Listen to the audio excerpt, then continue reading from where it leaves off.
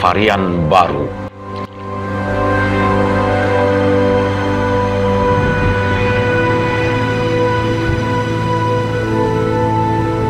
Cerita tentang virus corona sudah lebih dari 1 tahun, ternyata masih belum selesai.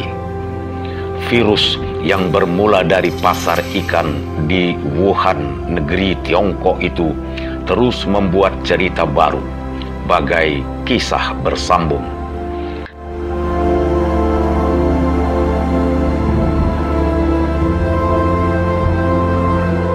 Awalnya disebut virus corona dengan kode medis COVID-19 dan bagai produk makanan dengan berbagai varian rasa.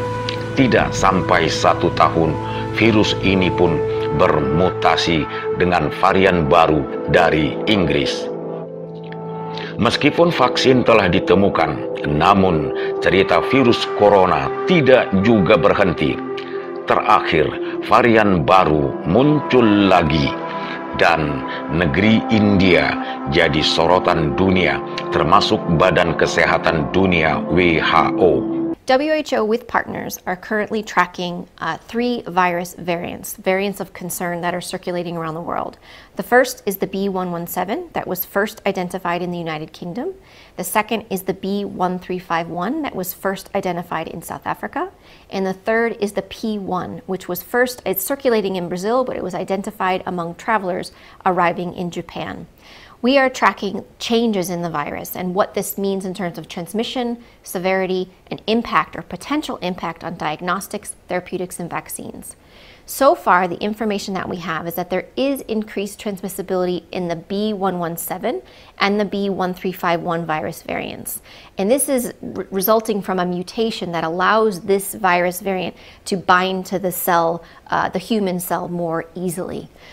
We do not see an increase yet in transmission with the P1, but that is currently under investigation. In terms of severity, there are some studies from the United Kingdom that suggest that the B.1.1.7 has increased severity.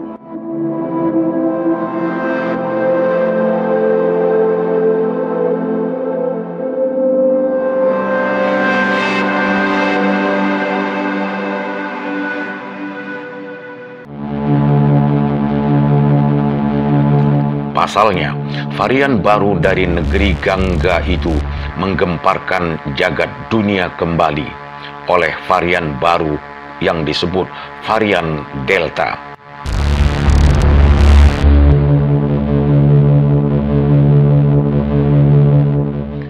Mirisnya, varian Delta ini disebut lebih cepat dalam penularannya dan tidak menunggu lama seiring waktu serta mobilitas manusia lintas batas negara. Akhirnya, varian Delta ditemukan juga di Indonesia.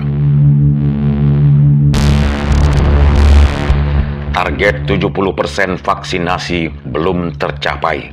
Varian baru Delta sudah duluan sampai. Kerja berat Satgas COVID-19 akan semakin berat bila tidak diimbangi dengan kesadaran masyarakat bahwa bencana wabah penyakit ini belum berakhir. Vaksinasi yang sedang berjalan saat ini diharapkan mampu mencegah kecepatan varian Delta dan melalui vaksinasi massal yang dimaksudkan untuk menciptakan herd imunitas, yakni kekebalan menyeluruh kelompok masyarakat.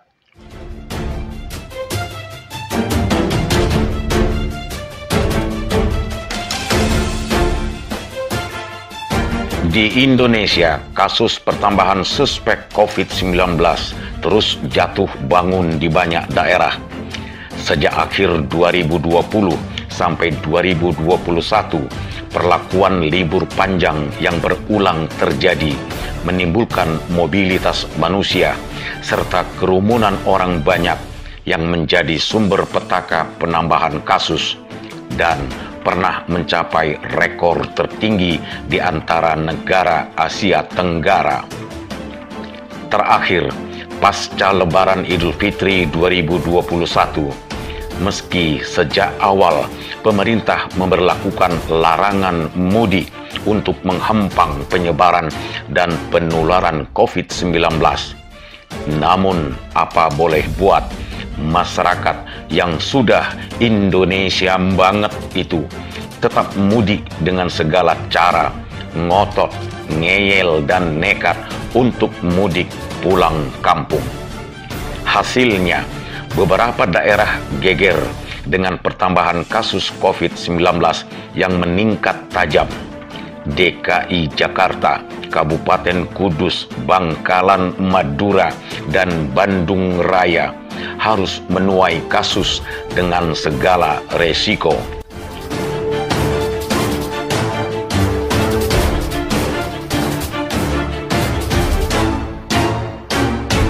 Maka, kembali kepada masyarakat, jangan ada anggapan bila sudah divaksin berarti lepas dan bebas dari ancaman COVID-19.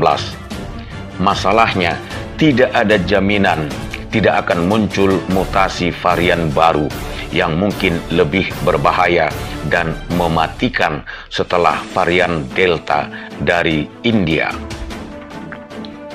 Program nasional vaksinasi akan berlanjut dengan target 70% dari jumlah penduduk sesuai kriteria WHO, dimulai dari tenaga medis, Satgas COVID, petugas publik berbagai profesi, dan masyarakat umum, tentu dengan maksud membangun imunitas secara nasional dapat tercapai.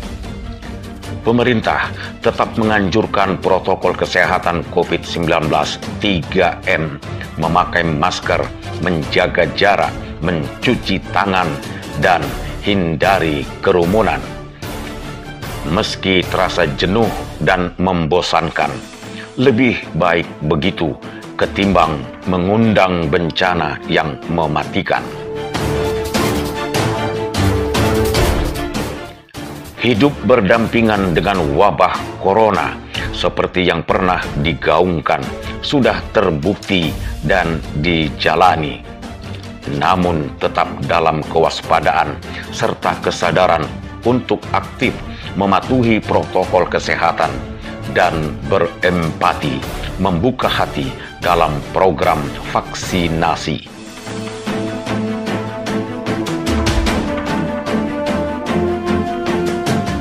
Edi Prambudi, Tim Liputan, Produksi dan Dokumentasi N2STV.